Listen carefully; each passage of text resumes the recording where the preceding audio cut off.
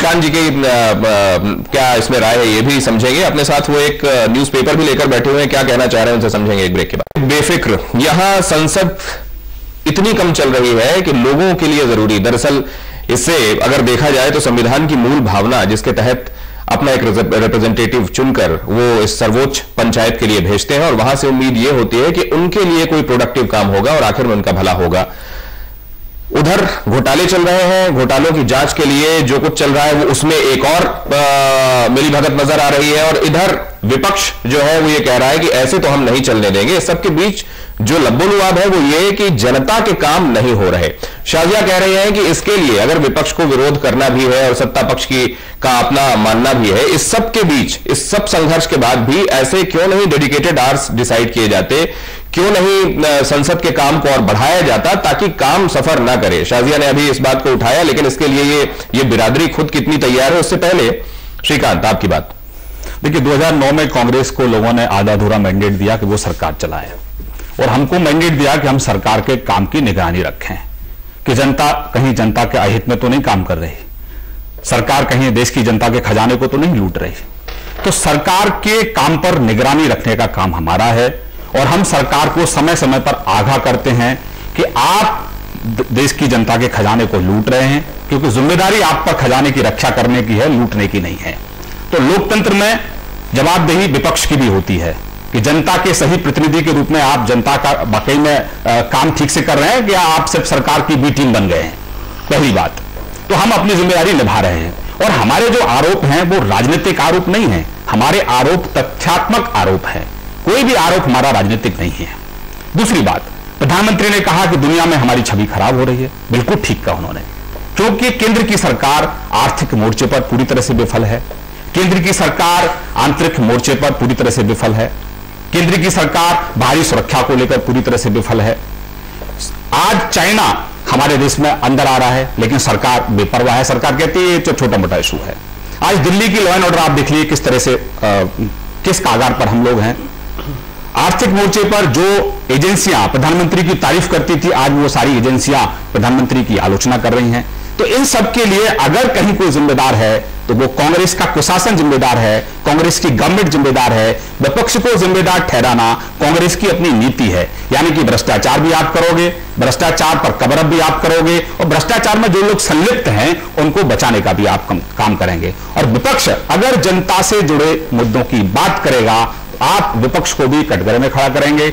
आम जनता के लोग अगर सरकार के खिलाफ प्रोटेस्ट करेंगे तो उनको आप गिरफ्तार करेंगे। अगर लोग एक आरामलीला मैदान में बैठकर सरकार के खिलाफ आंदोलन करेंगे तो आंसू गैस के गोले छोड़ेंगे, लाठीचार्ज करेंगे, उसमें अगर किसी की मृत्यु होती है तो हो जाए। सरकार बेपरवाह है।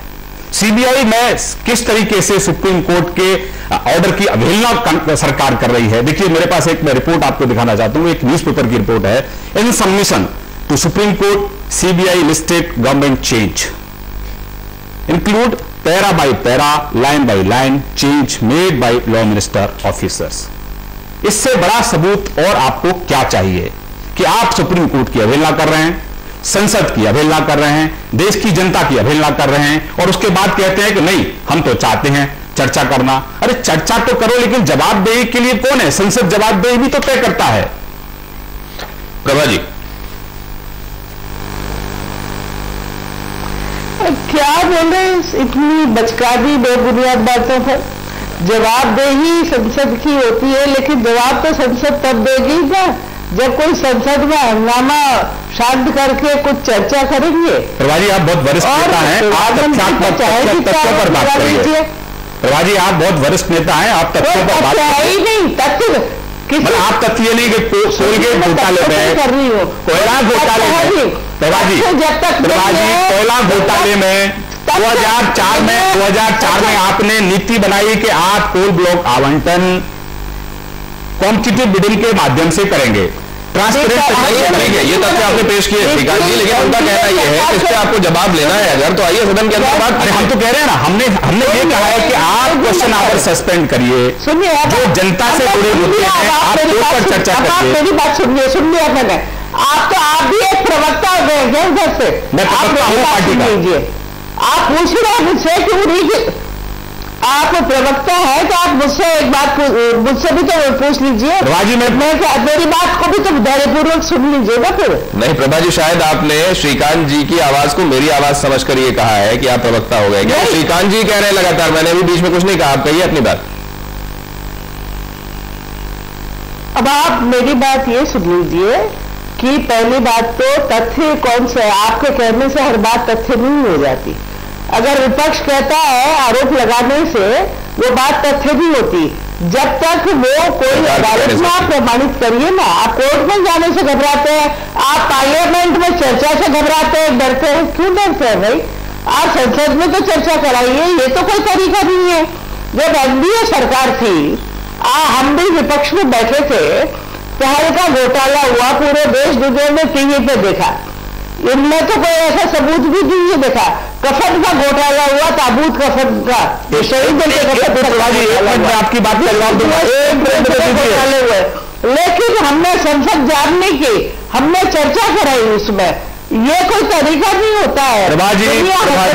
प्रधानमंत्री जी कह रहे हैं तो वो इसी बात पर हंस रही है कि लोग गंभीर नहीं है, संसद गंभीर क्यों नहीं है, चर्चा क्यों नहीं चलाती? नहीं तो संसद चलाने की जरूरत क्या है? क्या जरूरत है संसद में बैठने की? रोज का 1 करोड़ रुपया आम जनता का बर्बाद करने की ज्यादा। अगर हम वहां बैठ करके रोज संसद को चलने, प्रश्न काल भी नहीं चलने देते, बच्चियों पर आपने बहुत अच्छी बात कही है,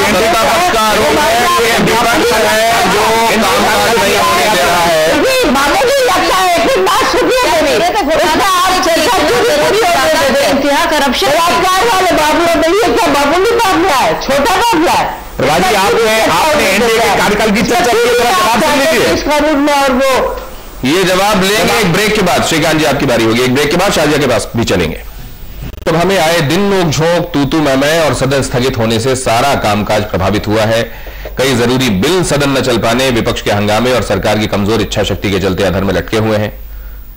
राष्ट्रीय खाद्य सुरक्षा बिल 2011 से अब तक आगे नहीं निकल पाया है। किसानों के फायदे के लिए आने वाला भूमि अधिग्रहण विधेयक 2011 भी अटका हुआ है। बीमा क्षेत्र में सुधार के लिए आने वाला बीमा संशोधन विधेयक 2008 अब तक वहीं का वहीं है।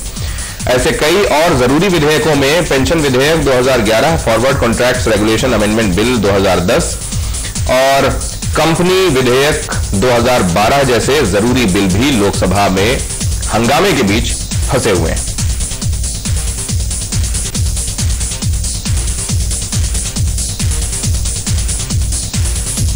शाहजिया, ये बात ठीक है कि अब तस्वीर बदलनी चाहिए, लेकिन पूरी की पूरी तस्वीर बदलने से पहले मौजूदा हालात में आपको ज्यादा जिम्मेदार कौन लगता है? क्या वाकई विपक्ष सहयोग नहीं कर रहा है? नहीं, देखिए ऐसी बात भी है, उन्होंने विपक्ष के नेता ने भी कहा कि उनको निगरानी भी रखनी है, तो वो भी अपना फर्ज निभा रहे हैं, क्योंकि इतनी बेइंतहा जब करप्शन होगा तो जाहिर है आवाज उठाना जरूरी है, ये उनका काम है। लेकिन मैं एक और बात आपसे कहना चाह रही हूँ, आप देखिए 2 अपने ऐसे विधेयक रहे हैं जो बहुत ही कॉन्ट्रोवर्शियल रहे हैं, चाहे वो न्यूक्लियर एनर्जी बिल हो रहा हो या फिर FDI रहा हो। जहां तक इन 2 बिल्स की बात थी, क्योंकि इच्छा शक्ति थी, प्रधानमंत्री ने सारी ताकत उसमें झोंक दी, उसको लेकर कोई इन्होंने हंगामा बर्दाश्त नहीं किया और वो पार करा के दिखाया। तो ये बिल्कुल ये धांधलेबाजी है, ये धौस दिखाई जा रही है वहां पे कि जो हम चाहते हैं वो होगा, और ये देख रहे हैं इसका असर। और जनता से जुड़ी हुई जो भी नीतियां हैं, काम है, उसकी तो परवाही नहीं है किसी भी तरह से, तो जाहिर है वो इंपॉर्टेंट नहीं है। लेकिन जो काम खुद कराना होता है, कानून बनाने होते हैं, वहां पे कानून बन जाता है। जैसे कि MPs की सैलरीज बढ़ाने का जो था विधेयक, मिनटों में पारित हो गया, कोई दिक्कत नहीं हुई इसमें। ये देखिए खुदगर्जी देखिए, और किस तरह की जमहूरियत है, मजाक है। तो ये आरोप कहीं मौसेरे भाई होने का भी है। ये ठीक है श्रीकांत जी कि आप लोग निगाह रख रहे हैं और ये हंगामा घोटालों की वजह से है, ये भी समझ में आता है, लेकिन जब पूरी की पूरी बिरादरी को देखा जाता है तो कोई एकदम अलग और धुला हुआ दिखाई नहीं देता। देखिए बहुत अच्छी बात है, लोकतंत्र में बहुत स्वस्थ चर्चा होनी चाहिए, और जो लोग कहीं ना कहीं दोषी हैं उनके खिलाफ कार्रवाई हो। लेकिन अभी प्रभा जी ने कहा, एनडीए के कार्यकाल का उन्होंने याद दिलाया। मैं इतना कहना चाहता हूं कि ये वही कांग्रेस के लोग हैं जिन्होंने हमको कफन चोर कहा। जॉर्ज फर्नांडिस साहब का बहुत लंबे समय तक इन लोगों ने बहिष्कार किया, लेकिन 10 साल से ये लोग केंद्र में हैं, एक FIR तक ये दर्ज नहीं करा पाए, क्योंकि वो सिर्फ राजनीतिक आरोप था। हमारा इस तरह का कोई आरोप कांग्रेस पर नहीं है। हम तथ्यात्मक बात करते हैं, तथ्यों पर आधारित हमारे सभी आरोप हैं। सिर्फ मेरा आरोप नहीं है, ये संसद ने बताया, सीएजी ने बताया, सुप्रीम कोर्ट ने बताया कि आप चोरी भी करते हैं और सीनाजोरी भी करते हैं। इस तरह से तो हम नहीं चलने देंगे। आज देश के अंदर आज बिजली नहीं है, बिजली क्यों नहीं है? जो करना चाहती हूँ प्रभा जी, एक बार मेरी बात सुन लीजिए प्लीज। आपके बीच में मैंने नहीं रोका है, आप बीच में मत रोकिए मुझे। प्रभा जी आप बीच में मत रोकिए, मैंने आपको नहीं रोका है। आप मेरी बात सुनिए, सुप्रीम कोर्ट का आप पहले बात सुनिए। आप सुप्रीम कोर्ट का नाम लेकर गलत बात कह रहे हैं। आप पहले तो मुझे ये बताइए, पहले आप सुप्रीम कोर्ट में ऐसा कब कहा? प्रभा जी आप करना चाहते हैं तो आप बाद में सुनूंगी।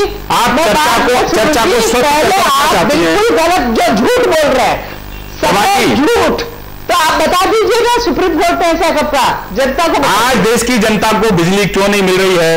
जो बिजली बनाने कारखाने हैं उनके पास कोयला क्यों नहीं है? जिन लोगों को कोयला मिलना था उन लोगों को कोयला नहीं मिला। आपने कोयला कुछ अखबार वालों को दे दिया, आपने कोयला कुछ बिल्डरों को दे दिया, आपने कोयला कुछ परचून बनाने वालों को दे दिया। जो लोग डिजर्व करते थे आपने कोयला ब्लॉक आवंटन उन लोगों को नहीं दिया। और आज सरकार में अगर गौतम जी, सरकार में अगर आप 4 लोगों को, अगर आप उधर उंगली उठा रहे हैं तो कुछ उंगलियां आपकी तरफ भी इसमें बिल्कुल उठाइए। मेरी बात सुनिए, से लेकर 2010 की चर्चा हुई है उसमें। बिल्कुल मैं आपको आप मुझसे सवाल पूछेंगे, मैं हर सवाल का जवाब दूंगा। लेकिन पहले ये कहा जाता है कांग्रेस की तरफ से कि आपकी शासित जहां पर राज्य हैं वहां के मुख्यमंत्रियों ने क्यों इस बात के लिए इनकार किया था कि इसकी नीलामी होनी चाहिए? बहुत अच्छी बात आपने कही, बहुत अच्छी बात कही कि यही केंद्र सरकार ने राज्यों के लिए नियम अलग बनाए, अपने लिए नियम अलग बनाए। मैं कहना चाहता हूं कि केंद्र सरकार में 4 लोगों की नियुक्ति करने के लिए भी आपको विज्ञापन देना होता है। प्रभा जी थोड़ा एक मिनट सुन लीजिए, आप संसद नहीं है ये, या कांग्रेस पार्टी की मीटिंग नहीं है, विपक्ष की बात भी सुन लीजिए कम से कम। सरकार में भी यही पॉलिसी थी, ये भी सुन लीजिए। कोयले का आवंटन की यही बात तो सुन लीजिए प्रभा जी, बात तो सुन लीजिए।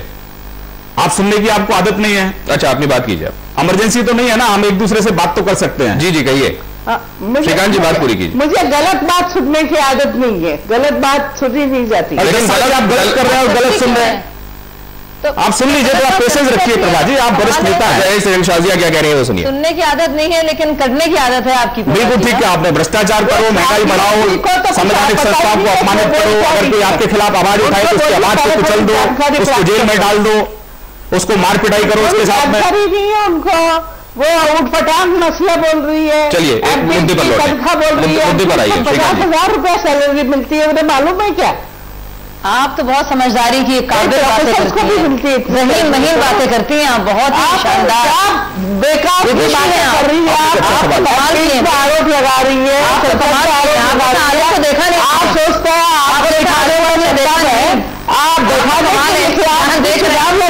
आप तो बहुत समझदार है प्रभा जी। नहीं दिखाई देता है प्रभा जी, ये आरोप एकदम यूं ही हवा में नहीं है। अब कैग की रिपोर्ट आती है मनरेगा के संदर्भ में, तो उसमें जो अच्छी बातें हैं वो गप हो जाती हैं और कड़वा थू हो जाता है। उत्तर प्रदेश और बिहार के संदर्भ में जहां ये होती है कि ढंग से इसको लागू नहीं किया गया, इसमें करप्शन के केसेस भी है, वहां सरकारों की तरफ उंगलियां उठ जाती है। वो जयराम रमेश साहब को सूट करता है। लेकिन जब जहां पर केंद्र की तरफ उंगलियां उठती है, आपने मॉनिटर करने के लिए क्या किया? एक बार 15 सदस्यीय दल भेज दिया अलग अलग जगहों को, उसके बाद आपने कुछ रेगुलेशन के लिए किया ही नहीं। वहां जहां उनकी तरफ उंगलियां उठती है वहां वो सब खराब हो जाता है। कैग भी उनके ऊपर ऐसा लगता है जैसे साजिश के तहत वहां काम कर रहा है। आप किसी को तो भरोसे में लेके चलेंगे, संवैधानिक संस्था की तरफ उंगली उठा रहे हैं, आप सिविल सोसाइटी के ऊपर डंडे पड़वा देते हैं, आप विपक्ष को कहते हैं कि भरोसे में हमारे साथ काम नहीं करता। सिविल सोसाइटी से तो हम भी सिविल सोसाइटी के प्रतिनिधि है। हम क्या है, हम सिविल सोसाइटी से नहीं है तो क्या कोई आसमान से उतरे हैं क्या? ये सिविल सोसाइटी तो एक बनाया हुआ एक ढकोसला है, ढकोसला। जनता में जाए, चुनाव लड़े, जिसमें संवेदनशीलता की बात कर रही थी संसद में, महिलाओं की सुरक्षा हम जानेंगे पर चर्चा हो रही थी, कई प्रदर्शनकारी जब पहुंचते हैं तो उनके ऊपर डंडे बरसा दिए जाते हैं। ये दिल्ली में चक्कर काट रहे हैं क्या? दिल्ली के अलावा पूरे देश में और कोई समस्या? और आप सदन में जाकर जब अपनी बातें कहते हैं तो हमने आपकी व्यथा, पीड़ा आपकी आंखों से निकलते हुए आंसू भी देखे थे।